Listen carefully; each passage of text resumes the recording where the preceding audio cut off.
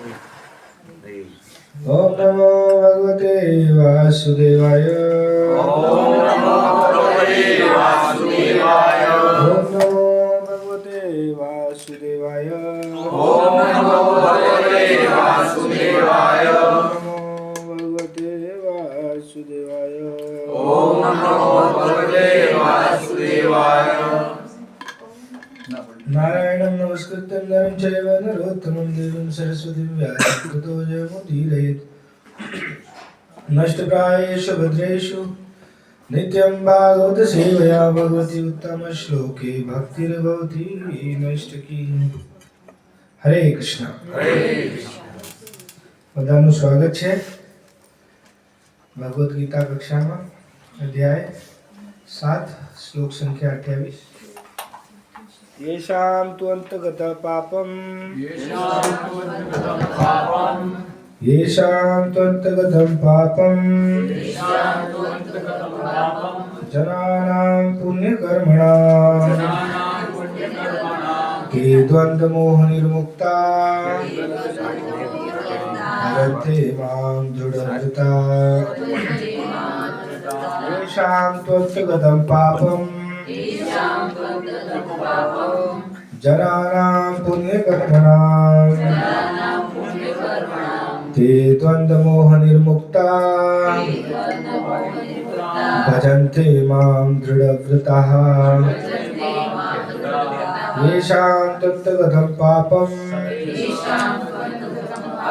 जनानां पुण्यकर्मणां ते द्वन्द्वमोहनिर्मुक्ता भजन्ते मां दृढव्रताः। अनुवाद। જે મનુષ્યોએ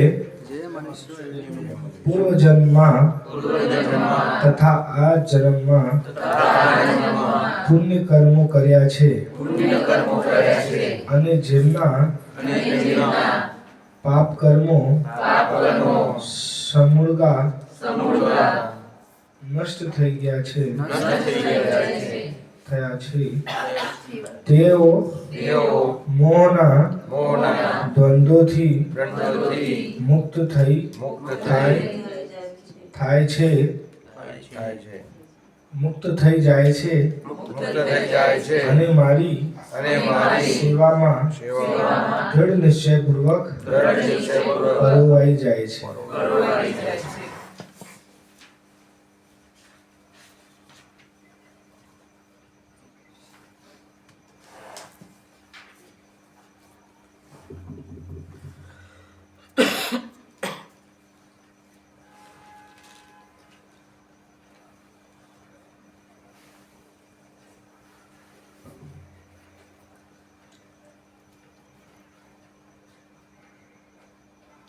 हरे कृष्ण।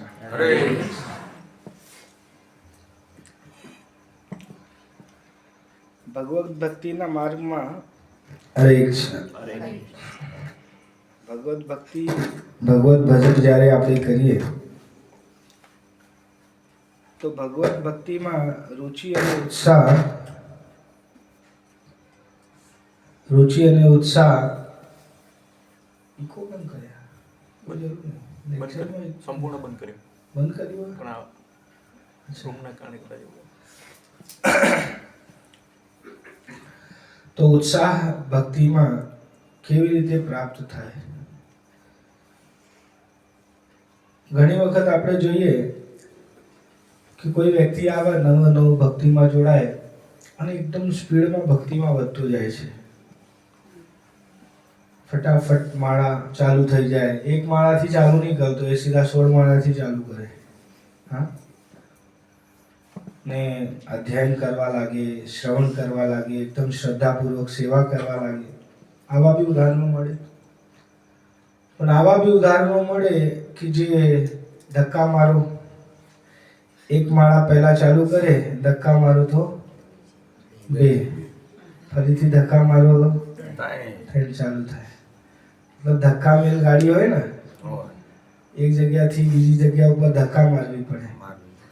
પહેલા મારુતિ 800 આવતી ને ફંટી, મારુતિ 800 જ્યારે જૂની થઈ ગઈ ને બધા જોડે, એટલે એને ધક્કા સ્ટાર્ટ થઈ જાય. ધક્કા માર્યા વગર સ્ટાર્ટ થતી નહીં. તો ઘણા લોકોનું ભક્તિમાં આવું અવસ્થા થઈ જાય કે ધક્કા સ્ટાર્ટ થઈ જાય. કોઈ ભક્ત આવે ધક્કા મારે તો આગળ વધે, ફરી થોડું આગળ જઈને ફરીથી રોકાઈ જાય. તો આ જોવામાં લાગે કે કેમ આવું થાય છે, પણ આના પીછે બહુ સિદ્ધાંત છે. તુલસીદાસજી કહે છે, તુલસી પિછલે પાપ તે હરિ ચર્ચા ના સુહાય. બહુ પૂર્વજન્મના પાપ કરેલા હોય એના પ્રભાવથી હરિચર્ચા સારી લાગતી નહીં. હરિચર્ચા ન સુહાય, સારી નહીં લાગે. જૈસે જ્વર કે આવંતે ભોજન કી રુચિ જાય. જેવી રીતે તાવ આવે તો ભૂખ મરી જાય, ખાવાની ઈચ્છા થતી નહીં. એવી જ રીતે બહુ પાપ કરેલા હોય પૂર્વજન્મોમાં તો એના કારણે ભક્તિમાં ઉત્સાહપૂર્વક આપણે આગળ વધી નહીં શકતા. તો હવે પ્રશ્ન ઉઠે છે કે પાપ કરી જ દીધા હોય હવે પૂર્વજન્મમાં, તો હવે શું કરીએ? હવે ઉત્સાહ તો લાવવો પડશે. તો ઉત્સાહ લાવવા માટે સોલ્યુશન શું છે? ઉત્સાહી ભક્તોના જોડે સંગ કરવો. જે ભક્તોનું પોતાનું બહુ ઉત્સાહ હોય એમના જોડે સંગ કરો. અને બીજું, ઇંગ્લિશમાં કહાવત છે, if you are not enthusiastic then act enthusiastically. જો તમને ઉત્સાહ ના આવતું હોય તો એ જબરદસ્તી ઉત્સાહપૂર્વક કાર્ય કરવાનો પ્રયત્ન કરો. જબરદસ્તી ઉત્સાહ લાવો. એટલે ઉત્સાહ પ્રયત્ન કરતા કરતા ઉત્સાહ આવી જશે. જેવી રીતે તમને ખબર છે બોર હોય ગામડાઓમાં પાણીનો, પાણી કાઢવા માટે એમાં શું કરવું પડે? પહેલા મોઢા એને પકડી અને ટોકી હોય એમાંથી જ્યારે પાણી જઈને કનેક્ટ થાય નેચર પછી ચાલુ કરો, બરોબર છે ને? તો ફૂટવાલ સુધી પાણી ભરવું પડે. કનેક્ટ થઈ જાય એટલે પાણી કાઢવા માટે પાણી નાખવું પડે. એવી જ રીતે ઉત્સાહ લાવવા માટે ઉત્સાહપૂર્વક કાર્ય કરવું પડે. ભલે ઉત્સાહ ના આવતું હોય, આપણે જબરદસ્તી ઉત્સાહપૂર્વક કાર્ય કરવાનો પ્રયત્ન કરીએ તો ઉત્સાહ આવી જાય. તો ભગવાન અહીંયા શું કહે છે? યેષાં તદ્ગતં પાપમ. જે મનુષ્યોએ પૂર્વ જન્મમાં તથા આ જન્મમાં પુણ્ય કર્મ કર્યા છે અને જેમના પાપ કર્મો સમૂળગા નષ્ટ થયા છે, જેમના પુણ્ય કર્મ કરેલા છે અને પાપ કર્મો નષ્ટ થઈ ગયા છે, તેઓ મોહના દ્વંદ્વોથી મુક્ત થઈ જાય છે. મોહમાંથી મુક્ત થઈ જાય અને મારી સેવામાં દૃઢ નિશ્ચયપૂર્વક પરોવાઈ જાય છે. નિશ્ચયતા ત્યારે આવી જાય. ત્યારે ઢીલા ઢાલા નહીં ચાલતા, ધક્કામેલ ગાડી નહીં લાગતી. અને અહીંયા પ્રભુપાદ અહીંયા અનુવાદમાં શું લખે? તે મોહના દ્વંદ્વોમાંથી મુક્ત થઈ જાય. ઘણા લોકો જો એમનું મોહ જ સમાપ્ત નહીં થતું સંસારમાં, બહુ ઉંમર થઈ ગઈ હોય, વધારે કશું કરવાનું રહ્યું નહીં હોય, તો એ ઘર સંસારથી એટલું આસક્તિ હોય કે ભગવાનના ભજનમાં જઈ નહીં શકતા. એમને કહો કે ભાઈ ભજન કરો કે આ કરવાનું. આવા ઘણા ઉદાહરણ મળે છે. બધું જ થઈ ગયું છે, છોકરો મોટો થઈ ગયો, છોકરાને છોકરા આવી ગયા, એકદમ સમજદાર થઈ ગયા છોકરા, બધું કમાવા લાગ્યા, બધું વ્યવસ્થિત, બધું સેટ છે, ઓલ સેટ. તો એ શું કરે? એમને ચિંતા જ લાગેલી હોય, આવું કરે, તેવું કરે, આવું કરશે તો નુકસાન થઈ જશે, કાલે પછી શું થશે એનું. બસ કરો ભાઈ, તમારી ટેન્શન લેવાનો સમય પૂરો થઈ ગયો. પણ મોહ સમાપ્ત નહીં થતો. જ્યારે આવો મોહી વ્યક્તિ હોય ને, તમે એમને મોહમાંથી કાઢવાનો પ્રયત્ન કરો ને તો શું કરે? તમને ગુસ્સા કરશે. તમે કેમ મને ડિસ્ટર્બ કરી રહ્યા છો? હું મારી જિમ્મેદારી, રિસ્પોન્સિબિલિટી પૂરું પાડી રહ્યો છું. પણ રિસ્પોન્સિબિલિટી ક્યાં સુધી? રિસ્પોન્સિબિલિટીનું એજ લિમિટ હોય કે નહીં, કે આટલા સુધી રિસ્પોન્સિબિલિટી. છેલ્લા મરણા સુધી પથારી પર જઈએ ત્યાં સુધી જિમ્મેદારી ના શાસ્ત્ર કે ના સંસારમાં લોકો એક્સપેક્ટ કરે. પણ તમે જાતે માથા ઉપર લઈને ફર કરો તો ફરો કોણ રોકે છે? હા? જાતે એ ધંધોમાંથી મુક્ત જ નહીં થતા મોહન. પ્રભુપાદ તાત્પર્યમાં લખે છે, જે મનુષ્યો પાપી, નાસ્તિક, મૂર્ખ અને કપટી છે તેમના માટે ઈચ્છા તથા દ્વેષના ધંધો પાર કરી જવું અઘરું છે. પાપી લોકો દ્વંદ્વોમાંથી મુક્ત નહીં થઈ શકતા. માત્ર એવા મનુષ્યો જે ભક્તિનો સ્વીકાર કરીને ક્રમશઃ પૂર્ણ પુરુષોત્તમ પરમેશ્વરના શુદ્ધ જ્ઞાનને પ્રાપ્ત કરે છે કે જેમને ધર્મનો નીતિ નિયમોનો પાલન કરવામાં, પુણ્ય કર્મ કરવામાં તથા પાપ કર્મોને જીતી લેવામાં પોતાનું જીવન વ્યતીત કર્યું છે. કોણ દ્વંદ્વોમાંથી મુક્ત થઈ શકે? એવો મનુષ્ય જે ભક્તિને સ્વીકાર કરે અને એના નિયમો દ્રઢતાપૂર્વક પાલન કરવા માટે બંધાય છે. બધા જ લોકો પ્રશ્નો કરે કે નિયમમાં કેમ બંધાવું છે? કેમ આપણાને નિયમો જોવે? ભજન કરવાનું, મંગલ આરતી કરવાનું, જપ કરવાનું, કેટલું જફા કે છે ને?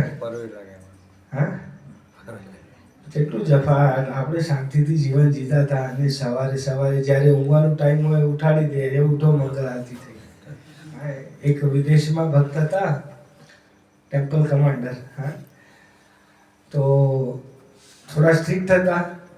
નવા લોકો આવે એમને મંગળ આરતી માટે ઉઠાડવા જતા, વધારે સ્ટ્રિક્ટ હતા. એક દિવસ એક બ્રહ્મચારી બેચારા ઊંઘેલા હતા તો શું કર્યું? તાકતવર હતા, પગથી પકડ્યા અને પગ ઉપર અને માથું નીચે, શીર્ષાસન કરાવી દીધું ઊંઘમાં. તો હવે આવી પરિસ્થિતિમાં જ્યારે શીર્ષાસન થઈ જાય ત્યારે ઊંઘ આવે ફરીથી? હવે વ્યક્તિને ઉઠવું જ પડે. અને એ બ્રહ્મચારીએ વિચાર્યું આ તો બહુ મતલબ એકદમ ક્રૂર વ્યવહાર છે. કોઈ ઊંઘતો હોય તો રાગે ઉઠાડાય, સીધા સાદે શીર્ષાસન કરાવી દીધું. આ તો બહુ કઠોર વ્યવહાર કર્યો મારા જોડે. તો એમને વિચાર લીધું બસ હવે પેકિંગ કરીને આપણે નહીં જવું મંદિરમાં.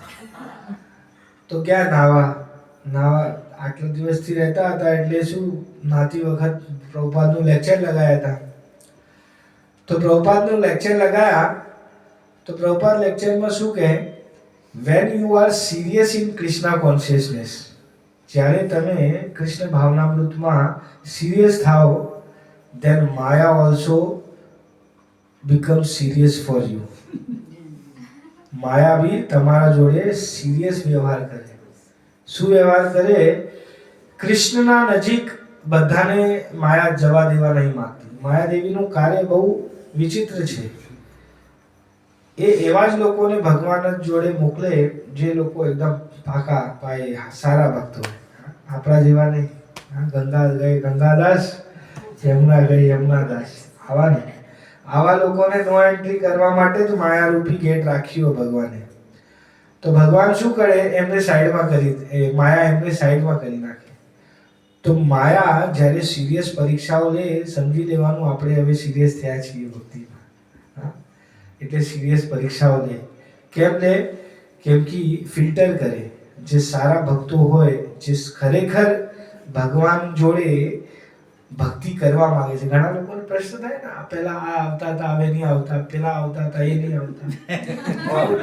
તમારો અહીંયાનું જ નહીં પ્રશ્ન, આ પ્રશ્ન દરેક સેન્ટરનું, દરેક મંદિરનું, દરેક જગ્યાનું છે.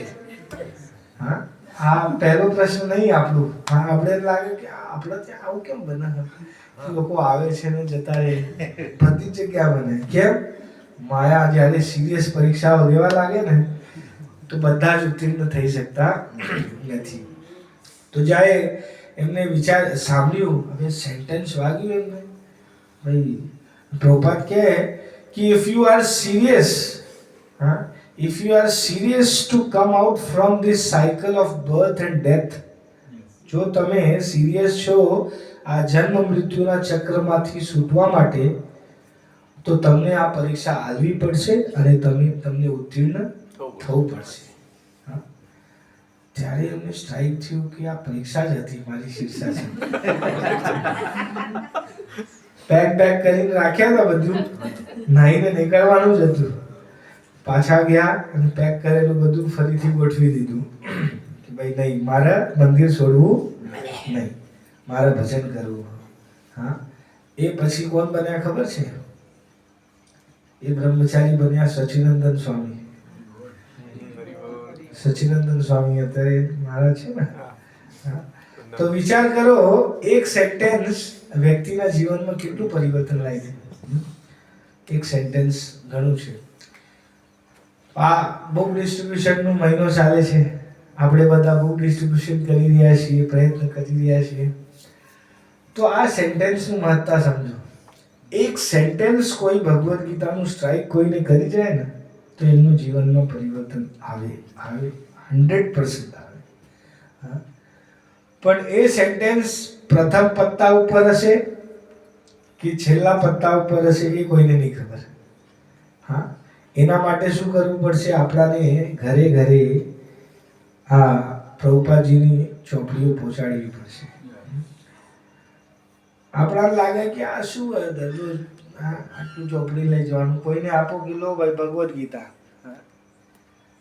તો શું કરવાનું? લો, શાના માટે? કે વાંચવા માટે? કે મારે કે તમારે? આટલી ચોપડી કે વાંચી હોય. અત્યારે અમે ગામડે ગામડે જઈએ છીએ. આખા મોઢેરા રોડ પકડ્યા છીએ. આજે દેદરડા અને કયું હતું? જેતપુર. ત્યાં ગયા હતા. માતાજીનું ગામ છે. આજે ગયા હતા તમારા ગામમાં. તો કોઈને આપીએ કે ભાઈ આ ચોપડી વાંચો, કે આટલી ચોપડી વાંચી હોય તો સ્કૂલમાં ના ભણ્યા હોય.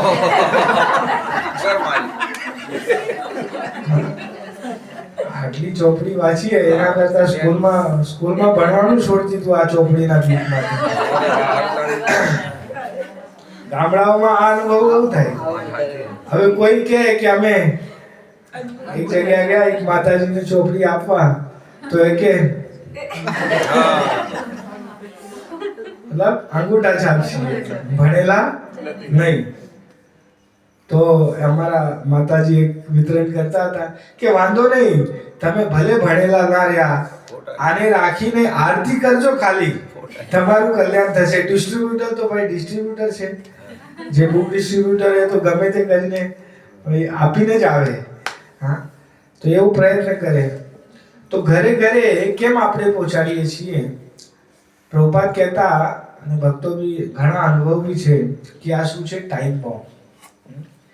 ટાઈમ બોમ્બ ક્યારે ફટે?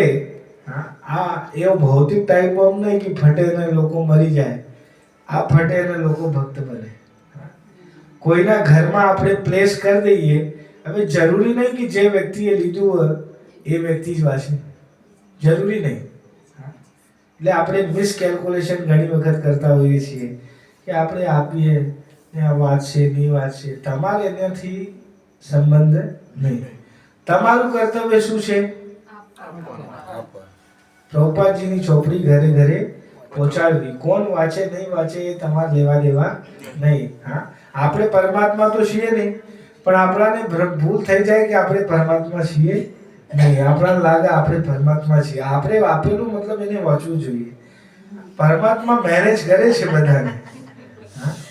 પરમાત્મા બધાને ડાયરેક્શન આપે, કોને વાંચવાનું છે, કોને ક્યારે વાંચવાનું છે, કોના હાથમાં પડવાનું છે, એ આપણે કોઈ અંદાજો કરી શકતા નથી.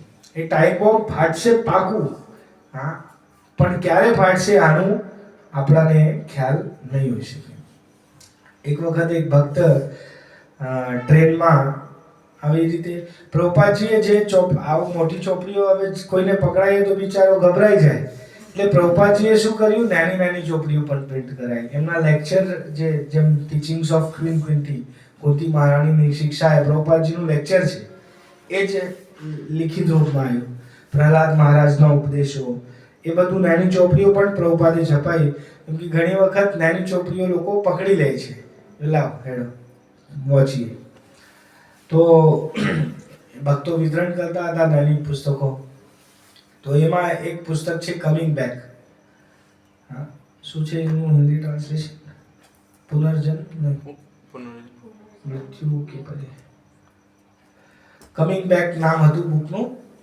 તો કમિંગ બેક પુસ્તક એ વિતરણ કરતા હતા અને મતલબ બધાને ટ્રેનમાં લાગ્યું કે ભાઈ આ વ્યક્તિ શું કહે છે, રીઇન્કાર્નેશન મતલબ ફરીથી જન્મ થાય. એક ભાઈએ કીધું કે ભાઈ લાવ આ ચોપડી મને અત્યારે આપો અને તમે વિશ્વાસ કરો છો ને રીઇન્કાર્નેશન ઉપર, પુનર્જન્મ થાય એ વિશ્વાસ તો કરો છો ને? કે હા નક્કી હું વિશ્વાસ કરું છું. કે તો આ જન્મમાં હું તમારા જોડે આ ચોપડી લેવું છું અને આવતા જન્મમાં પૈસા આપીશ. કેમ એવું? રીઇન્કાર્નેશન તમે પુનર્જન્મમાં વિશ્વાસ કરો છો તો આવતા જન્મમાં હું આનું પૈસા તમને આપીશ. હવે બધા ટ્રેનમાં જોવા લાગ્યા. હવે આ ક્લીન બોલ્ડ થઈ ગયો, ભક્ત ક્લીન બોલ્ડ થઈ ગયો. પણ એ ભક્તે શું કર્યો? ભક્ત ભાઈ પ્રભુપાદજીના સેનાનીઓ છે, હા જેવા તેવા તો હોય નહીં. એમને કીધું કે જે પ્રકારના તમારા કર્મો છે એ પ્રકારથી લાગતું નહીં કે તમને ફરીથી મનુષ્ય જન્મ મળે એવું. તો તમે જો કૂતરા બની ગયા તો તમે કેવી રીતે પૈસા આલશો? હું તો આય લેવા, પણ કૂતરા બની ગયા તો વસૂલી કેવી રીતે કરવી? એટલે આ જન્મમાં પૈસા આવા તર્કો લોકો કરે છે.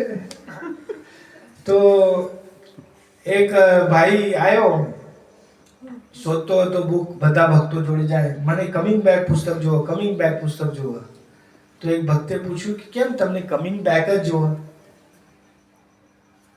એમને જોયું ના થેલામાં, પણ કમિંગ બેક ચોપડી પતી ગઈ હતી નહીં. એમને કીધું એમાં એક ભાઈ વિતરણ કરતા હતા, એમને મને એક લાઈન વંચાઈ અને એ લાઈન હું વિચારતા ઘરે જ્યારે પહોંચ્યો તો ઘરમાં બહુ ઓબાળો થતો હતો, ઝઘડા થતો હતો. અને એ લાઈનના કારણે બધું વાતાવરણ શાંત થઈ ગયું. જ્યારે મારા મગજમાં એ હતું એટલે બધું સેટલ થઈ ગયું, ઝઘડા બંધ થઈ ગયા. એટલે મેં વિચાર્યું કે એક લાઈનથી મારા ઘરમાં ઝઘડા બંધ થઈ ગયા તો આખી ચોપડી વાંચીએ તો શું શું સોલ્યુશન આવી જશે વિચાર કરો જીવનમાં. એટલે મને એ ચોપડી આપો. કે હવે ભક્ત કોઈ આવ્યો હોય આવું સામેથી તો જવા તો દે ને. કોઈ પણ સાધારણ વેપારી બી હોય, કોઈ આવ્યો હોય એવું ગમે તે કરીને કોઈ તો કોઈ વસ્તુ આપે ને. તો એમને કીધું કે વાંધો નહીં, બધાનું સારાંશ એક જ છે. દરેક શાસ્ત્રનું સારાંશ, આ બધી ચોપડીઓનું સારાંશ શું છે? કૃષ્ણ ભક્તિ કરવું. એટલે આ નહીં તમે આ લઈ લો, કે નહીં મને કમિંગ બેક જ જુઓ. એ જ એના ઉપર ચોટી રહ્યા. તો એ સમયે એક ભક્ત હતા, તુલસી પ્રિય પ્રભુ, બોમ્બે ચોપાટી મંદિરના ભક્ત છે. તો એમને કીધું એમને કે ભાઈ આ ચોપડી લો. એમને પ્રહલાદ મહારાજના દિવ્ય ઉપદેશો જે ચોપડી છે એ દેખાડી અને કીધું આ લાઈન વાંચો. વાંચી કે હવે આ ચોપડી લઈ લો, નહીંથી તમે ફરીથી આ લાઈન તમારા જીવનમાં કોઈ પ્રભાવ નાખવાની છે. ફરીથી તમે શોધતા આવશો અને નહીં હશે તો તમે આ જ માગશો. એટલે આ ચોપડી તમારે લઈ લેવાની, કેમ કે દરેક ચોપડીમાં એક એક લાઈન તમારા જીવનમાં પ્રભાવ નાખશે. એટલે આ ચોપડી રાખો. તો આવા અનુભવ થતા હોય ગમે તે પ્રકારથી ભક્તો લોકોને પુસ્તકો આપે છે તો એમના જીવનમાં પ્રભાવ પણ પડે છે. પ્રચારક જો ભગવદ્ ગીતામાં ભગવાન શું કહે છે? મનુષ્યાનામ સહસ્ત્રેષુ કશ્ચિત યતતિ સિદ્ધ. એક વખત પ્રભુપાદજીની ચોપડી લઈને ઇન્દોરના રાજાના ત્યાં પ્રભુપાદજીના શિષ્યો ગયા. પ્રભુપાદજીના સમયમાં જ્યારે ચોપડી લઈને ગયા તો રાજા એ જોયું બધું, પણ એકે ચોપડી ના લીધી. રાજા બી વિચિત્ર હતો, નહીં તો સાધુ સંત આવે સન્માનમાં બી ભાઈ બે ચાર ચોપડી રાખો હે, રાજાને શું ફરક પડવાનું છે? પણ એને એકે ચોપડી લીધી નહીં. પ્રભુપાદજીના જોડે ગયા, એ પ્રભુપાદજીને કહેવા લાગ્યા ભક્ત કે પ્રભુપાદજી રાજા હતો તોય એકે ચોપડી ન લીધી. પ્રભુપાદજી કે સોનાનું પરખ બધાને હોતી નહીં. 24 કેરેટ ગોલ્ડ છે કે નહીં છે એ બધાને ખબર હોતી નહીં. એટલે બધા લોકો સોના ખરીદી ના શકે. કેમ? પહેલી તો પરખ હોવું જોઈએ અને બીજું પૈસા બી હોવું જોઈએ. બંને ઇમ્પોર્ટન્ટ છે. નહીં તો 24 કેરેટ ગોલ્ડના બદલા પૈસા ના હોય તો 24 ગાજર બી ના મળે, 24 કેરેટ બી ના મળે. 24 કેરેટ ગોલ્ડનું ક્યાં વાત છે? હા, લેવા જઈએ તો 24 કેરેટ બી ના મળે. માર્કેટમાં જાઓ ને 24 કેરેટ એટલે કેરેટ સમજે ને, ગાજર 2 કિલો થયું ને, એના માટે બી તો પૈસા જોઈએ ને. તો બે વસ્તુ ઇમ્પોર્ટન્ટ છે. એક તો તમારા જોડે પૈસા હોવું જોઈએ અને એક પરખ હોવું જોઈએ 24 કેરેટ ગોલ્ડ ખરીદવા માટે. પ્રભુપાદજી કે એના જોડે પૈસા તો હતું પણ એની પરખ નથી. હા, તો બધા જ લોકો તમારું ચોપડીઓ લેશે એ જરૂરી નથી. હા, તમે એટેમ્પ્ટ કરો, ઘણી વખત ભક્તો નિરાશ થઈ જાય. આજે 10 જ પુસ્તક વિતરણ થયું, 15 જ થયું, હતાશ થઈ જાય.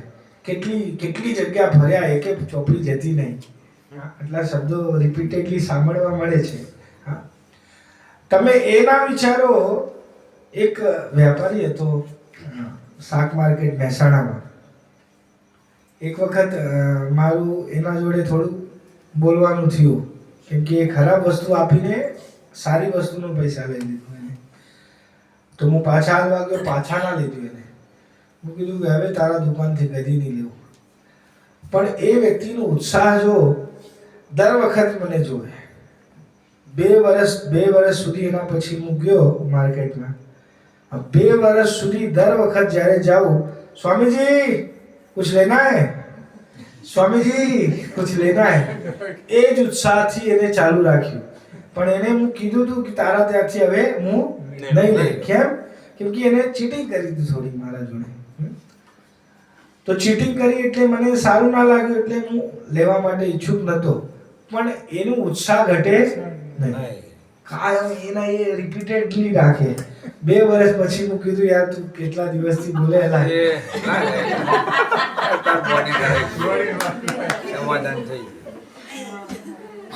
તો ભૌતિક વસ્તુ વેચવામાં વ્યક્તિને કેટલું ઉત્સાહ છે, એને કેટલું મળે. 1 આલુ કિલો 5 કિલો લઈએ તો એને 10-20 રૂપિયા 50 રૂપિયા મળે. એના માટે એને એટલું બધું ઉત્સાહ છે કે વારંવાર રિપીટેડલી મને બોમ્બાર્ડિંગ કરે છે કે સ્વામીજી લો, સ્વામીજી લો.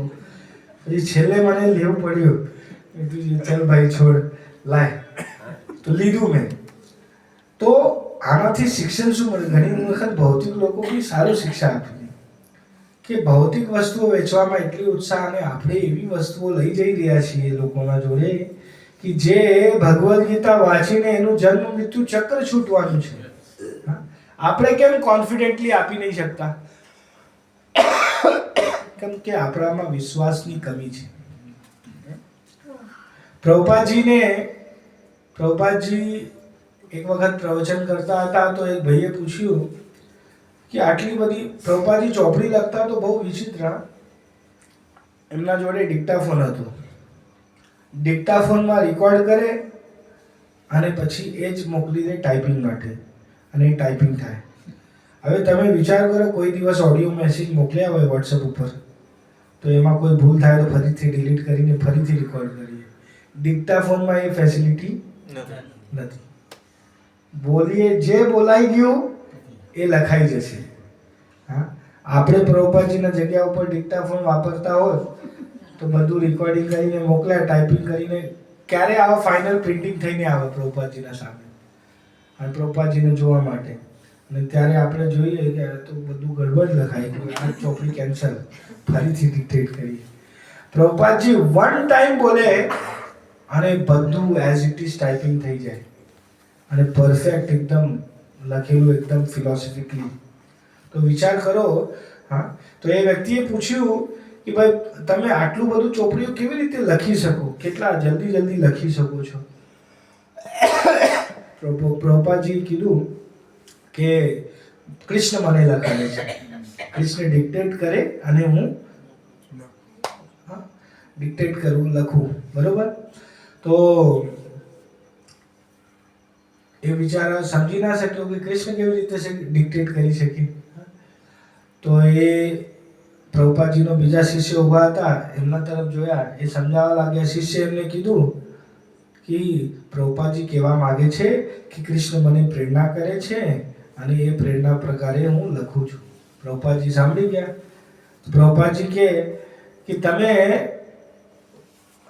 હું કહું કે ભગવાન લખાડે છે, તમે કહો ભગવાન પ્રેરણા કરે છે. પ્રેરણા નહીં, ભગવાન જાતે લગાડે છે. તારા કમેન્ટ્રી નહીં કરવાની, મેં જે કહું એ જ કહેવાનું.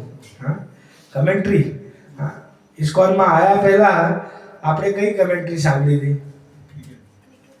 ક્રિકેટની કમેન્ટ્રી. હા, તો પ્રભુપાદજી કમેન્ટ્રી લખી છે.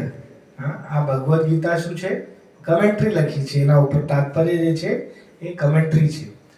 તો કમેન્ટ્રી, આ કેવી કમેન્ટ્રી છે કે ભગવાનનું લીલાઓ થઈ રહી છે એને જોઈને લાઈવ કમેન્ટ્રી પ્રભુપાદ કરી રહ્યા છે.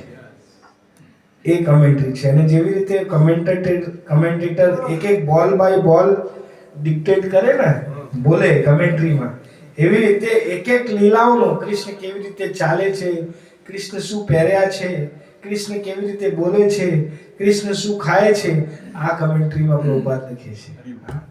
તો આ જે પ્રભુપાદજીની ચોપડીઓ છે આ ભગવાનની, પ્રભુપાદજી કહે કે આ ભગવાન મને ડિક્ટેટ કરેલું છે અને મેં લખાયું. તો આ એટલો દિવ્ય ગ્રંથ છે. પણ આના ઉપર આપણું વિશ્વાસ પાકું નહીં. એક દક્ષિણ ભારતનું એક આચાર્ય હતા શ્રી સંપ્રદાયના, એમને એક દિવસ ઇસ્કોન મંદિરથી સંપર્ક કર્યો અને એમને કીધું તમારા પ્રભુપાદજી જેટલી પણ ગ્રંથો લખ્યા છે એનું એક સેટ મને આપી જાઓ. તો ભક્તો પ્રસન્ન થઈ ગયા. સરસ, આવું તો દુર્લભ હોય છે. આખું સેટ, બધા, ખાલી ભાગવતમ સેટ નહીં, બધું જ, ચૈતન્ય ચરિતામૃત, બીજા નાના પુસ્તકો, મોટી પુસ્તકો, બધું, ભગવદ્ ગીતા આદિ. તો ભક્તો આશ્ચર્યચકિત થઈ ગયા, લઈ ગયા, આપ્યા. અને એમને પૂછ્યું કે ભાઈ તમને કેમ આવું થયું કે આખું સેટ લેવું છે? તો એમને કીધું કે કાલ મારા સ્વપ્નમાં ભગવાન શ્રી કૃષ્ણ આવ્યા અને ભગવાન શ્રી કૃષ્ણે કીધું કે જે ઇસ્કોનના સંસ્થાપક એસી ભક્તિ વેદાંત સ્વામી છે એમના જે ગ્રંથો છે એ મેં લખ્યા છે, એટલે તું એ લઈને વાંચ. એટલે હું તમારી જોડે સંપર્ક કર્યો. એમનો અનુભવ હતો. તો આ ગ્રંથો જે છે પ્રભુપાદજીની જે લખેલું છે એ ભગવાન જાતે લખાયા છે. એટલે આમાં એકદમ ઓરિજિનાલિટી છે. આ આપણાને દૃઢ સંકલ્પ હોવો જોઈએ. ભગવદ્ ગીતા પહેલા બી કેટલી હતી કે નહીં? અત્યારે કેટલી કમેન્ટ્રી છે ભગવદ્ ગીતા ઉપર? 700-800 કમેન્ટ્રી છે. તો એ બધા ભગવદ્ ગીતા વાંચીને કોઈના જીવનમાં પરિવર્તન નથી આવ્યું. પણ જ્યારે પ્રભુપાદજીએ લખ્યા, કેટલા પરિવર્તન સમાજમાં દેખાયા, જોવા મળે છે. ક્યાં ક્યાં પ્રચાર થઈ રહ્યો છે ભગવદ્ ગીતાનો, કઈ કઈ જગ્યા, અને કેટલા કેટલા પ્રકારના લોકો પ્રચારક બની જાય છે. એક વખત શું થયું, મેળો લાગેલો હતો. મેળા હોય અને વિશેષ વાત, તમે જ્યારે ભગવદ્ ગીતાનું વિતરણ કરો ને, સ્ટોલ લગાવશો ને, ત્યાં લાઈન નહીં લાગે. જેમ રેલવે ટિકિટમાં તત્કાલ ટિકિટ કાઢવા માટે લાઈન લાગે, બધા મળતા હોય, આ મને ટિકિટ મળી જાય. આવું કદી થવાનું નહીં. આવું એક્સપેક્ટ બી નહીં કરવાનું કે તમે ગયા હોય એને લગાવી દીધું લાઈન, બધા આવી જાય, ફટાફટ લઈ જાય તમારી જોડે ચોપડીઓ. આવું થાય નહીં. તો મેળામાં ભક્તો ઉભા હતા, વિતરણ કરતા હતા. એક ભાઈ આવ્યો, ફૂલ ટાઈટ હતો એકદમ. ચોપડી ખોલી, ભગવદ્ ગીતા, પહેલો પત્તો ખોલ્યો. આ બરોબર નહીં, અપૂર્ણ છે. તો ભક્તો સમજાવવા લાગ્યા કે કેવી રીતે અપૂર્ણ છે ભાઈ, સમજાવો મને. નહીં, અપૂર્ણ છે, બસ, બરોબર નહીં, અપૂર્ણ છે આ ભગવદ્ ગીતા. તો એ ટાઈમ સુધી બીજો ભાઈ આવ્યો. એ બી દારૂડિયો હતો. બંને દારૂડિયા હતા. પહેલો બી હતો, બીજો બી આવ્યો દારૂડિયો. તો એને કીધું કે ભાઈ શું વેચો છો, દેખાડો ભગવદ્ ગીતા. તો પેલા ભાઈ જે પહેલા દારૂડિયા હતા એમને એ કહેતા હતા કે અપૂર્ણ છે, અપૂર્ણ છે. તો બીજો દારૂડિયો કહે એને કે તું હિન્દુ નહીં હે, તું હિન્દુ છે કે નહીં, તો લઈ લે આ ચોપડી, તું હિન્દુ છે તો.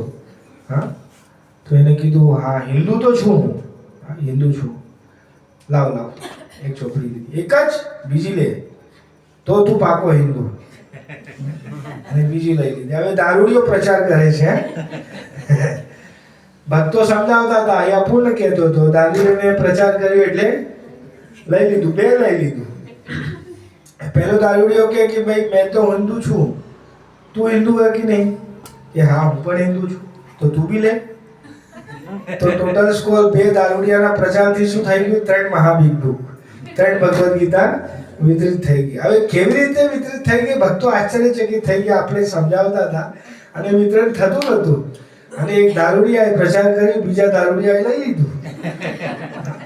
તો પ્રચાર કોણ કરી શકે? એક વખત શું થયું, ભક્તો વિતરણ કરતા હતા બસમાં, બસ સ્ટેન્ડમાં ઘૂસી જતા, બસમાં ગયા પ્રચાર કરવા. તો ચોપડી માટે સમજાવતા હતા દેખાડીને.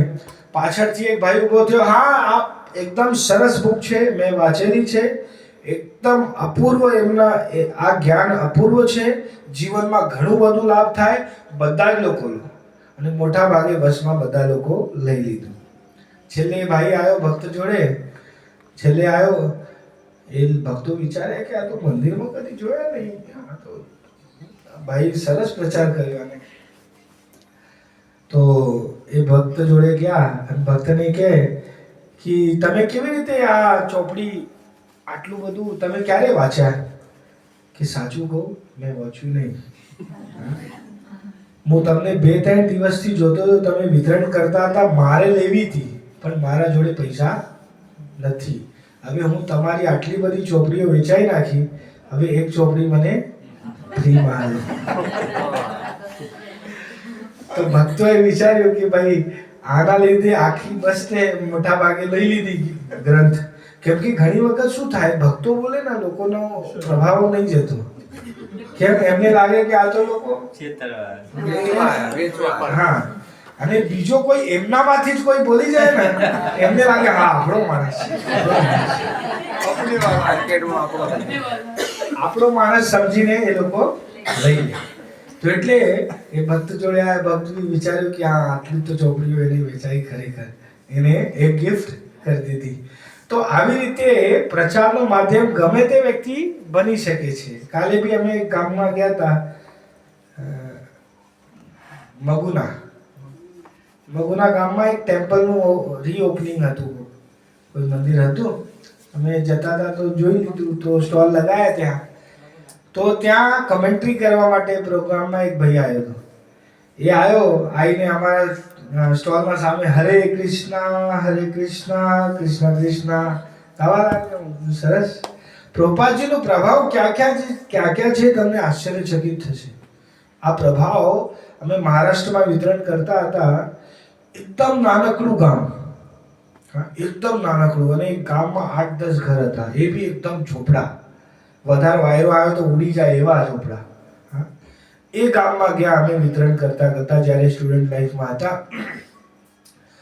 તો જ્યારે વિતરણ કરવા ગયા ને, તો ઝોપડામાં ગયા, એક ભાઈ નીકળ્યા, બુઝુર્ગ એકદમ. એમને દેખાડી ચોપડી ભગવદ ગીતા છે, કે મહારાજ આ અમારા જોડે છે. હવે નોર્મલી શું લાગે આપણાને, તો બધા જ લોકો આવું કહે છે, પણ પછી પૂછીએ દેખાડો તો કોઈના જોડે હોતી નહીં. તો અમે સમજાવવા લાગ્યા કે આવું છે તેવું છે. મહારાજ તમે બધું સાચું કહો, મેં વાંચેલી છે, મારા જોડે પડી છે. તો હું કીધું લાવો દેખાડો. એ અંદર ગયો, અંદર જઈને પ્રભુપાદજીની ભગવદ ગીતા લાવીને કાઢીને દેખાડી. કીધું આવા ગામમાં બી પ્રભુપાદજીની ચોપડી પહોંચી ગઈ છે. પ્રભુપાદજીનો પ્રભાવ જ વિચાર કરો. એ ગામમાં બસ બી નહીં જતી હશે એવો ગામ હતો, પણ એમાં પ્રભુપાદજીની ચોપડી પહોંચેલી હતી. તો પ્રભુપાદજીનો પુસ્તકો ક્યાં ફેલાઈ ગઈ છે તમને ખબર નહીં, પણ કેવી રીતે લોકો ભક્ત બનીને આવશે એ આપણે કહી ના શકીએ. એટલે પ્રયત્નપૂર્વક આપણે ભગવદ ગીતાનું વિતરણ કરવું જોઈએ. હવે આનાથી લાભ શું થાય? બીજા તો ભક્ત બને, આપણાને શું લાભ થાય? આપણા પ્રયત્નના કારણે એના ત્યાં પહોંચેલી છે ને, તો એનું કમિશન આપણાને મળે. જેવી રીતે મલ્ટી લેવલ માર્કેટિંગ નહીં કરતા, તમે પ્રોડક્ટ વેચી આવો તો તમને કોઈ કમિશન મળે. ટાર્ગેટ આપે ને 100 વેચો તો 1000 રૂપિયા તમને આપે, એવું ટાર્ગેટ હોય ને. એવી જ રીતે અહીંયા 1000 રૂપિયા તો નહીં આપવાના છીએ, પણ એમાં શું થશે કે જે વ્યક્તિ ભક્ત બનશે, જે વ્યક્તિ ભક્ત બની જશે, એ જેટલી ભક્તિ કરશે ને એનું કમિશન થોડું થોડું લાઈફ ટાઈમ તમને એનું કમિશન મળતું રહેશે. અને એવો પણ અનુભવ થયેલા છે કે જે વ્યક્તિએ પ્રચાર કર્યો એ વ્યક્તિ ભક્તિથી ચ્યુત થઈ ગયો, અને જેને પ્રચાર કર્યો એ ભક્તિમાં બહુ આગળ જતો રહ્યો. હવે એ આગળ જતો રહ્યો તો ભગવાનને તો ખ્યાલ છે ને કે આને ભક્તિમાં ઇનિશિએટર કોણ હતો, લગાડવાવાળો કોણ હતો, ભગવાનને ખ્યાલ છે ને, એટલે આનો લાભ એ વ્યક્તિને થાય. એટલે આ પ્રોસેસ બહુ દિવ્ય છે અને અનુભવવાળું છે. ઘણા ભક્તોનો અનુભવ છે, એટલા માટે આપણાને આ કરવું જોઈએ. આમાં કોઈ નુકસાન થવાનું તો પ્રશ્ન જ નહીં. એટલે ફૂલ કોન્ફિડન્ટલી આપણે જવાનું. ઘણા લોકો એવા હોય, MBA માં નહીં કહેતા કે ટકલાને પણ કોસ્કો વેચી દે, એને કહેવાય MBA. હા, તો એ લોકો બિનજરૂરિયાતની વસ્તુઓ વેચતા હોય છે લોકોને, અને એકદમ કોન્ફિડન્ટથી વેચતા હોય. આ તો જરૂરિયાતની વસ્તુ છે ભગવદ્ ગીતા, ને આપણામાં કોન્ફિડન્ટ નહીં હોય તો આપણે શું કરીએ? ભગવદ્ ગીતા લેવી છે નહીં લેવી, જતા રહીએ. આવું પ્રેઝન્ટેશન ના હોય, ભગવદ્ ગીતા લેવી છે નહીં, પહેલાથી લેવી છે નહીં. હા, જો ભગવાનનો દિવ્ય ગ્રંથ તમારા ઉદ્ધાર માટે આવેલું છે, એકદમ કોન્ફિડન્ટ હોવું જોઈએ. તમારા ઉદ્ધાર માટે આ દિવ્ય ગ્રંથ તમારે ઘરે આવેલું છે. તમે આ દિવ્ય ગ્રંથ વાંચશો તો તમારું જીવન ધન્ય ધન્ય થઈ જશે. આ શાસ્ત્રોનો પ્રમાણ છે. તમે આને ગ્રંથને જો પહેલા હાથમાં પકડાઈ દેવાનું. જ્યારે હાથમાં પકડે તો એના સ્પર્શના પ્રભાવથી પણ એના જીવનમાં લાભ થાય. કેમ કે ભગવદ્ ગીતાનું નહીં, જો કહુંગા સચ કહુંગા, ગીતા ઉપર રાખીને પ્રણ લેતા ના, તો આ જે ગ્રંથ હોય એ ભગવાનનું સ્વરૂપ જ છે. જેમ વિગ્રહ હોય ને એવું ગ્રંથ પણ વિગ્રહ છે. હા, તો જેવું અર્ચના આપણે ભગવાનનું વિગ્રહનું કરીએ ને, એવું અર્ચના ગ્રંથરાજ, જેમ ભાગવતમનું નહીં આરતી થતી, રામાયણની આરતી થાય, ભગવદ્ ગીતાની બી આરતી થાય, તો ગ્રંથોની પણ આરતી કરાય. તો ગ્રંથ સાક્ષાત વિગ્રહ છે. તો કોઈના વિગ્રહને સ્પર્શ કરાય, એ સ્પર્શ કરે વ્યક્તિ લાભ થાય કે નહીં? સ્પર્શ કરે પછી એક્સપ્લેન કરો, છોડવાનું નહીં, તરત જ નહીં છોડ દેવાનું કે ના પાડી દીધી જવા દો. સમજાવવાનું એને. ઘણી વખત લોકોને ખબર પડતી નથી, સમજાવવું પડે. જ્યારે પ્રેસ કરશો ત્યારે એને ક્લિક થઈ જાય તો લઈ લેશે, નહીં થાય તો વાંધો નહીં, તો બી ધન્યવાદ કરીને નીકળી જવાનું આગળ. મંદિરનું એડ્રેસ આપવાનું, એ પ્રોસિજર હોય. બરોબર? તો ભગવદ્ ગીતામાં ભગવાન અહીંયા શું કહે છે? યેશામ તંતગતમ પાપમ જનાનામ પુણ્ય કર્મણામ. બહુ પુણ્યશાળી હોય અને પાપ કર્મો નષ્ટ થઈ ગયા હોય એવો વ્યક્તિનો મોહથી મુક્ત થાય, અને એ લોકો દૃઢ વ્રત લઈને નિશ્ચયપૂર્વક મારી ભક્તિમાં લાગે છે. તો દૃઢ વ્રત ત્યારે જ આવે, એમને એમ આવતું નથી. પ્રભુપાદજી શું લખે છે આમાં તાત્પર્યમાં કે શ્રીમદ ભાગવતમમાં કહ્યું છે કે જે કોઈ મનુષ્ય ખરેખર મુક્તિ પામવા ઈચ્છતો હોય તો તેને ભક્તોની સેવા કરવી જોઈએ. મહત સેવામ દ્વારમ આહુર વિમુક્તિ તમો દ્વારમ યોષિત સંગી સંગમ. ભક્તોની સેવા કરવી જોઈએ. હા, ભક્તોની સેવા કરવાથી શું થાય? ઘણા લોકોને લાગે કે ભક્તોની સેવા કરવાથી શું થાય? તમે વિચાર કરો, કોઈ માતા હોય અને એને બાળક નાનો હોય, નાના બાળકને તમે ગમે તે વસ્તુ આપો, એને પ્રસન્ન કરો, એને સુખ આપો, શરીરને કમ્ફર્ટ થાય, બધું ખાવાનું આલો, તો એ બાળક તો ખુશ થશે કે નહીં? થાય ને. પણ એના જોડે જોડે એની માતા બી પ્રસન્ન થાય કે નહીં? તો તુલસીદાસજી શું કહે છે? અંતર્યામી ગર્ભગત સાધુ સુંદરી માય. મતલબ અંતર્યામી ગર્ભગત સાધુ સ્ત્રી છે. સમજો, સાધુ શું છે? સ્ત્રી છે, અને એના ગર્ભમાં અંતર્યામી પરમાત્મા છે. અંતર્યામી ગર્ભગત સાધુ સુંદરી માય જ્યારે ગર્ભના બાળકને પોષણ માતાને પોષણ આપો તો શું થાય? બાળકને બી પોષણ મળે કે નહીં? કેમ કે બાળક ક્યાં છે? માતાના ગર્ભમાં. એવી જ રીતે સાધુઓને પોષિત કરો તો એના હૃદયમાં ગર્ભમાં પરમાત્મા છે એટલે ભગવાન બી પોષિત થઈ જાય. તો પ્રસન્ન કરવું હોય ભગવાનને તો ભક્તોની સેવા કરવી જોઈએ. હા, જ્યારે આપણે ભક્તિમાં જોડાઈએ નવું તો લોકો જ્ઞાનમાં શું કહે કે ભાઈ ભગવાનની પૂજા કરો એટલે બધા દેવતાઓની પૂજા થઈ ગઈ. તો થોડા વર્ષ સુધી આપણાને લાગે કે હા ભગવાનની પૂજા કરી એટલે સૌથી શ્રેષ્ઠ કહેવાય, બરોબર? પણ જ્યારે ભક્તિમાં અનુભવ વધે, આગળ વધે ને વ્યક્તિ, ત્યારે શું અનુભવ થાય કે ભક્તોની સેવા કરો ને તો ભગવાન વધારે પ્રસન્ન થાય. આ અનુભવની વાત છે. બધાને એક જ જન્મમાં કે થોડા જ સમયમાં એ અનુભવ થતું નહીં. કેમ કે ભગવાનમાં દોષ આપણે જોઈ નહીં શકતા, પણ ભક્તોના શરીરમાં દોષ દેખાય, એમનો વ્યવહાર દેખાય. એટલે દોષ બુદ્ધિ જ્યારે થાય તો આપણે સેવા કરવાની ઈચ્છા કરતા નથી. સમજાય? જે વ્યક્તિ આ દોષ બુદ્ધિથી પોતાનું બુદ્ધિ હટાઈ લે, દોષ બુદ્ધિ જે હોય એ સાઈડમાં કરી દે, દોષ ના રાખે ભક્તોમાં અને ભક્તોની સેવા ચાલુ રાખે, એની ગતિ જોજો તમે ભક્તિમાં. આ ભક્તોનો અનુભવ છે. ભક્તમાલ ગ્રંથ છે કે એમાં તમે જો એટલા સરસ ગાથાઓ છે જેમાં ભક્તોને, જેમ વિઠ્ઠલ ભગવાન છે મહારાષ્ટ્રમાં, વિઠ્ઠલ ભગવાન કૃષ્ણ ક્યારે ગયા ત્યાં? ત્યાં જઈને ઊભા થઈ ગયા. કોના માટે? હા, પુંડરીક ભક્ત પુંડરીક હતા. એ પોતાના માતા પિતાની સેવા કરતા હતા, પણ એ માતા પિતા કોણ હતા? ભક્ત હતા. પુંડરીકને ખબર પડી ભગવાન બહાર ઊભા છે, પણ એમને કીધું કે મારા સેવા ચાલુ છે, તમે રાહ જુઓ. અને ઈંટ ફેંકી રાહ જુઓ. ઈંટ ઉપર ઊભા થઈ ગયા ભગવાન, અને અત્યાર સુધી રાહ જોઈ રહ્યા છે. વાહ! હા, વિઠ્ઠલ ભગવાન. વીટ મતલબ ઈંટ, મહારાષ્ટ્રમાં વીટ કહેવાય. ભજન આવે છે એમાં કહે છે, સુંદર તે ધ્યાન ઉભે વિઠેવરી કરકટાવરી ઠેવુનિયા. ભજન છે. તુકારામ મહારાજ કહે છે સુંદર તે ધ્યાન, એકદમ ધ્યાનમગ્ન ભગવાન ઊભા છે. ભક્ત એમના ભક્તની સેવા કરે છે અને ભગવાન એમના ભક્તનું ધ્યાન કરે છે.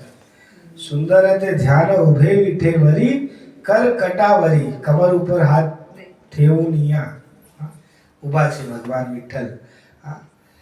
તો ભક્તની જ્યારે સેવા કરો તો વધારે શ્રેષ્ઠ કહેવાય, પણ એ અનુભવ તરત જ ના થાય. એ બહુ સમય વ્યતીત થાય.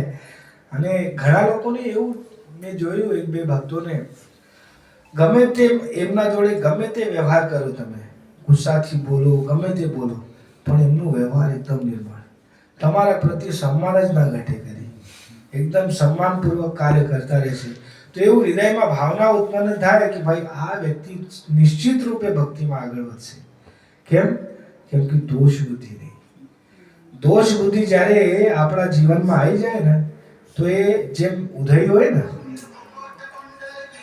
તમે જુઓ ને ઘણા ઝાડ, લીલા ઝાડ સુકાઈ જાય. કેમ સુકાઈ જાય છે? દેખાતી નહીં ઉધઈ, લેકિન ઉધઈ અંદરથી એનો મૂળાનો ખાઈ જાય, એકદમ પોલું કરી નાખે. એવી જ રીતે આજે દોષ બુદ્ધિ છે ને, આપણા ભક્તિ રૂપી લતાને ખાઈ જાય જ્યારે ભક્તોમાં આપણે દોષ જોવા લાગીએ. એટલે આ ભાગવતમનું પ્રભુપાદ લખે છે, એ કહ્યું છે કે જો કોઈ મનુષ્ય ખરેખર મુક્તિ પામવા ઈચ્છતો હોય તો તેને ભક્તોની સેવા કરવી જોઈએ. પરંતુ ભૌતિકતાવાદી માણસોની સંગતિ કરનારો મનુષ્ય સંસારનો ઘોર અંધકાર તરફ આગળ વધે છે.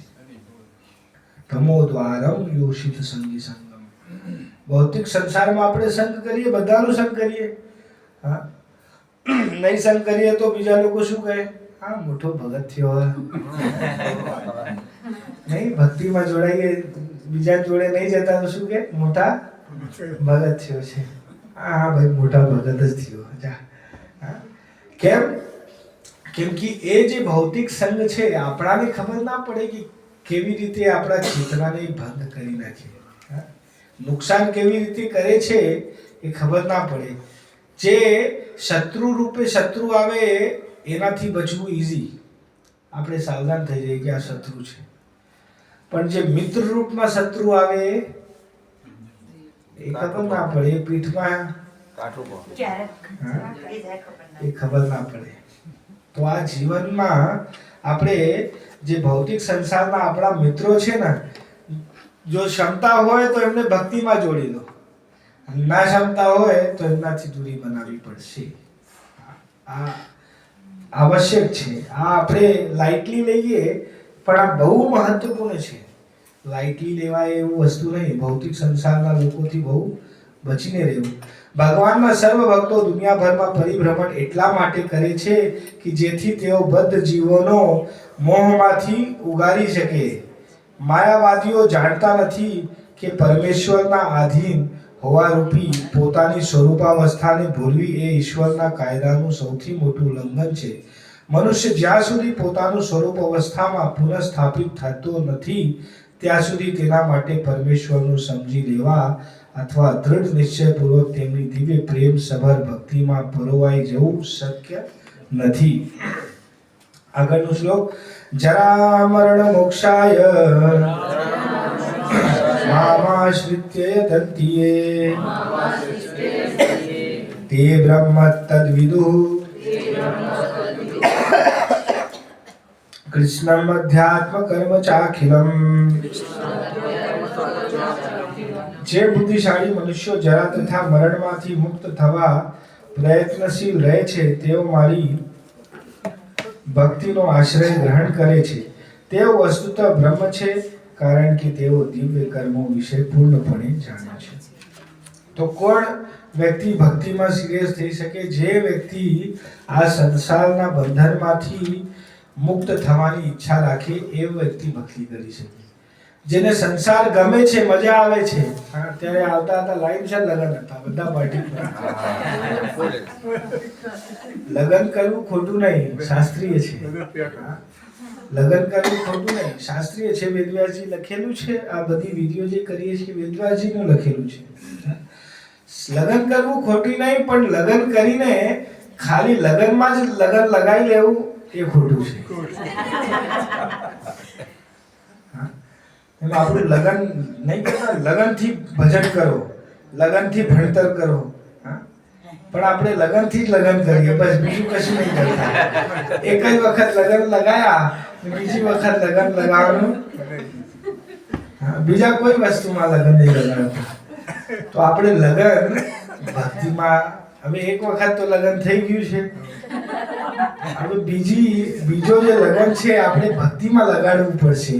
ખાલી એ જ લગનથી જ જીવન વ્યતીત થાય એવું નથી. આગળ જો ગતિ પામવી હોય, સંસારના લોકો તો લાગે કે ભાઈ ભક્તો આ શું કરી રહ્યા છે, આ એટલું બધું કષ્ટ વેઠી રહ્યા છે.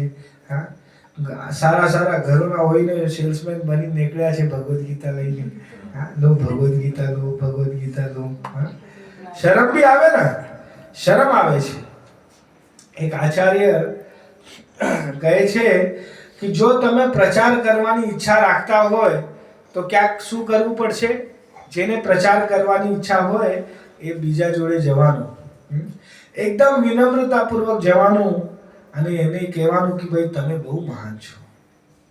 પહેલે એને ગ્લોરિફિકેશન કરવાનું, તમે બહુ સારા છો, ધાર્મિક છો, બધું કહેવાનું. અને પછી કહેવાનું કે તમે ભૌતિક સંસારમાં બંધનમાં ફસાયેલા છો. ભાઈ પહેલા જ્યારે કોઈનો ગુણગાન કરી દો એ ઝાડ ઉપર ચડી જાય છે, વાંધો નહીં આવે.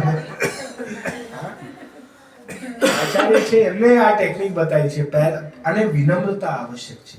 ભગવદ્ ગીતા વિનમ્રતા કહીએ, વિનમ્રતા ના હોય વિતરણ કરવામાં, જઈએ આપણે કોઈને વિતરણ કરવા, લો ભાઈ ભગવદ્ ગીતા, કોઈ આવું કરે આપણા તું શું મને બતાવ, તારા જેવા તો લાખ જોયા હોય. તારા જોડે શું પૈસા હશે, મારા જોડે તારા કરતા વધારે છે. હા, હોય ને એવું ભાવના આવે. અને આવું થાય છે બી. હવે ગામડે લોકો જાય છે વિતરણ કરવા. હવે ગામડાના લોકોના જોડે જે હોય ગરીબ લોકો, એમના જોડે શું પૈસા હોય બોલો? ઝોપડી વાળા હોય, બીજા ગરીબ લોકો હોય, એમના જોડે પૈસા જ નહીં હોતા. ઘણી વખત તો હું જાઉં જ્યારે ગામડામાં વિતરણ કરવા, તો મને એવું થાય કે આ ભાઈને તો 300 રૂપિયા આખો દિવસનું કમાણી હશે. હવે કેવી રીતે આ ભગવદ્ ગીતા લે? તો ગમે તે કોઈ જગ્યાએ ડોનેશન મળ્યું હોય તો અમે કોઈ ઈચ્છા દેખાડો ને. એક માતા હતા ત્યાં ગામસર બોદલામાં ગયા હતા, તો એક માતાજી હતા, બ્રાહ્મણી હતા, મતલબ એમના પતિ મંદિરમાં પૂજારી હતા. કે મહારાજ 5000માં માંડ પૂરી કરીએ, આપણું આખું મહિનો ચલાવીએ છીએ, પણ તમે આયા છો સારું છે, તો તમારા સન્માન માટે આ રાખો દક્ષિણા. 100 રૂપિયા એને આપ્યું.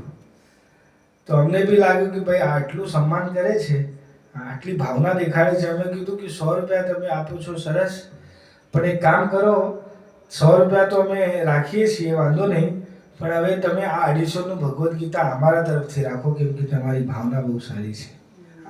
તો એવું બી કોઈ હોય સારા વ્યક્તિઓ જેના જોડે ધન હોય, લગાડી શકતા હોય ભગવાનની સેવામાં, એમના જોડે સ્પોન્સર કરાવવાનું કે ભાઈ ચલો 10,000 રૂપિયા આપ્યા તો દરેક ભગવદ્ ગીતામાં 50 રૂપિયા ઓછું કરીને ગરીબોને આપી દીધી. એવું બી થાય. તો એ બી એક ટેકનિક છે. તો એવી રીતે બી ઘણા ભક્તો કરે છે કે જે ધનિક લોકો હોય, જે બેર કરી શકતા હોય, એ લોકોથી ડોનેશન લઈને ગરીબોમાં ભગવદ્ ગીતા પહોંચાડવી. તો એનાથી શું થાય? ગરીબથી ગરીબ વ્યક્તિ ભગવાનના જ્ઞાનથી વંચિત રહી ના જાય. અને પ્રભુપાદજી આ ભગવદ્ ગીતા એક વર્ષનું શ્રમ નહીં, આ ઘણા બધા આચાર્યોનું શ્રમ છે.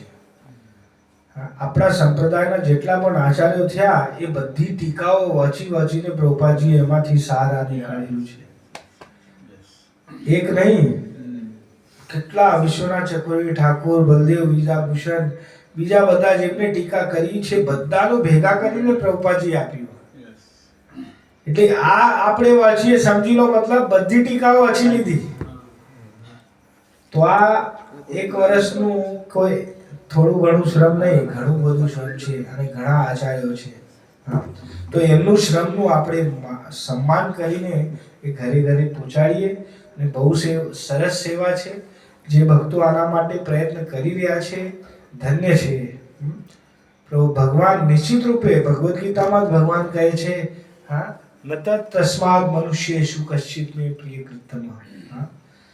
એના જેવું કોઈ પ્રિય નહીં જે આ જ્ઞાન બીજાને આપે છે. હા, તો આપણે આવવાનું પાત્ર બનીએ. તો ભગવાનનો પ્રિય બનવું હોય તો આપણે આના માટે પ્રયત્ન, ભગવદ્ ગીતાનું જ્ઞાન બધાને આપવા માટે પ્રયત્ન કરવો જોઈએ. એનાથી એમનું તો કલ્યાણ થશે જ, અને આપણું બી નિશ્ચિત રૂપે કલ્યાણ થાય. આ જે આખો મહિનો છે ગીતા જયંતિનો, હવે 11 તારીખે ગીતા જયંતિ છે, તો આ મહિનો ધન્ય થઈ ગયો. હા, કે આ મહિનામાં ભગવદ્ ગીતાનું વાંચન થયું.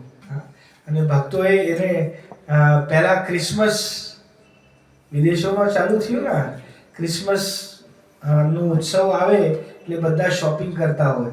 તો એક ભક્તને આઈડિયા આવું વિતરણ કરવાનું એમને ચાલુ કર્યું. મતલબ 1970s થી આ ચાલુ થયું પ્રક્રિયા, અને હવે એકદમ વિકરાળ રૂપ ધારણ કરેલું છે. તો આ સમયમાં દરેક મંદિરમાં જાઓ ને તો લાગશે કે બહુ મોટું મંદિર, અંદર ભક્તો જ નહીં હોય. કેમ? ક્યાં ગયા? કોઈ અહીંયા ગયો, કોઈ ત્યાં ગયો. અમારા મંદિરથી 4 ટીમ જાય. હા, સવારે એક ટીમ જાય સ્કૂલોમાં, એક ટીમ જાય ઊંઝા, 6 વાગે એક ટીમ જાય અહીંયા ગામડામાં. આવી રીતે દરેક જગ્યા ફેલાઈ જાય બધા ભક્તો. કોઈ હોતું જ નહીં મંદિરમાં, ખાલી. હા, બધા લોકો વિતરણમાં લાગેલા હોય. કેમ કે આ ગ્રંથો ઘરે ઘરે પહોંચે, એટલા લોકો ભક્તિમાં જોડાશે. આ આપણે બધી જગ્યા સીડિંગ કરીએ છીએ. પ્રભુપાદજી કહેતા કે તમે 2 મિનિટનું પ્રવચન કરીને કેટલા લોકોને ભક્ત બનાવી શકો. 2 મિનિટથી ચર્ચા કરીને શું કરી શકો? એના કરતાં તમે ભગવદ્ ગીતાનું જ્ઞાન આપશો, ગીતા આપશો, તો એને નિશ્ચિત રૂપે પ્રભાવ કરશે. આ શ્રવણમ છે, પ્રભુપાદજીએ લખેલું છે, આપણે વાંચીએ શ્રવણમનો જ ભાગ છે. હા, તો શ્રવણ કરશે, ભગવદ્ ગીતા વાંચશે, નિશ્ચિત રૂપે એના જીવનમાં પરિવર્તન આવશે અને આપણું બી કલ્યાણ થશે. હરે કૃષ્ણ. ધન્યવાદ બધાનો. શ્રીમદ ભગવદ્ ગીતા યથારૂપ કી જય. જગત ગુરુ શ્રી પ્રભુપાદ કી જય.